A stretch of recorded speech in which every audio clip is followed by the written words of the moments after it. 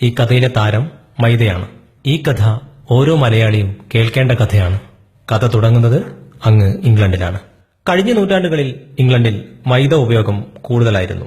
എന്നാൽ കാലം കഴിഞ്ഞപ്പോൾ അവരുടെ ആരോഗ്യം ക്ഷയിച്ചു തുടങ്ങി. കാരണം കണ്ടെത്തി. വില്ലൻ മൈദ തന്നെ. അങ്ങനെ 1949 ഇംഗ്ലണ്ടിൽ മൈദ നിരോധിച്ചു. കഥ തീർന്നില്ല, ഇവിടെ തുടങ്ങുന്നു. കേരളത്തിൽ ഏറ്റവും കൂടുതൽ ക്യാൻസർ രോഗികൾ ഉള്ളത് മലബാർ മേഖലയിൽ നിന്നാണ്.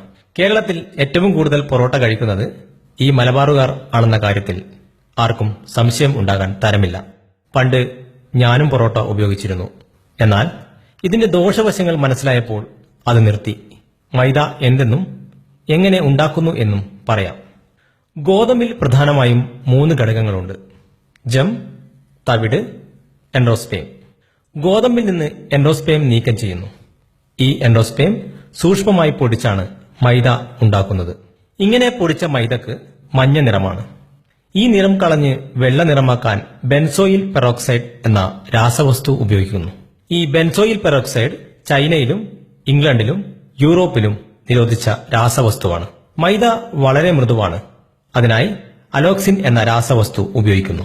ഈ അലോക്സിൻ എലികളിലും ഗിനിപ്പന്നികളിലും ഉപയോഗിച്ചപ്പോൾ അവയുടെ പാൻക്രിയാസിലെ ബീറ്റാ കോശങ്ങൾ നശിച്ച് ഇൻസുലിന്റെ അളവ് കുറച്ച് പ്രമേഹം ഉണ്ടാകുന്നതായി കണ്ടെത്തി.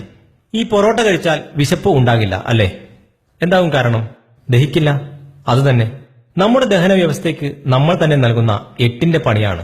ഗോതമ്പിന്റെ വേസ്റ്റായ മൈദ അമേരിക്ക, ഇംഗ്ലണ്ട് തുടങ്ങിയ രാജ്യങ്ങൾ നമ്മുടെ ഭാരതം പോലുള്ള പട്ടിണി പാവങ്ങളുടെ നാടുകളിലേക്ക് കയറ്റുമതി ചെയ്ത് പണമുണ്ടാക്കുന്നു. നമ്മൾ അത് വാങ്ങി പൊറോട്ട ഉണ്ടാക്കി തിന്നുന്നു. പലരും ഇതൊന്നും സമ്മതിക്കില്ല. അവരോട് എനിക്ക് ഒന്നും പറയാനുമില്ല. എന്റെ പ്രിയ കൂട്ടുകാർ ആരും മൈദ പശ ഉണ്ടാക്കാൻ അല്ലാതെ ഭക്ഷ്യവസ്തുക്കൾ ഉണ്ടാക്കാൻ ഉപയോഗിക്കരുത്. ഈ സന്ദേശം എല്ലാവരിലും എത്തിക്കാൻ ശ്രമിക്കുക.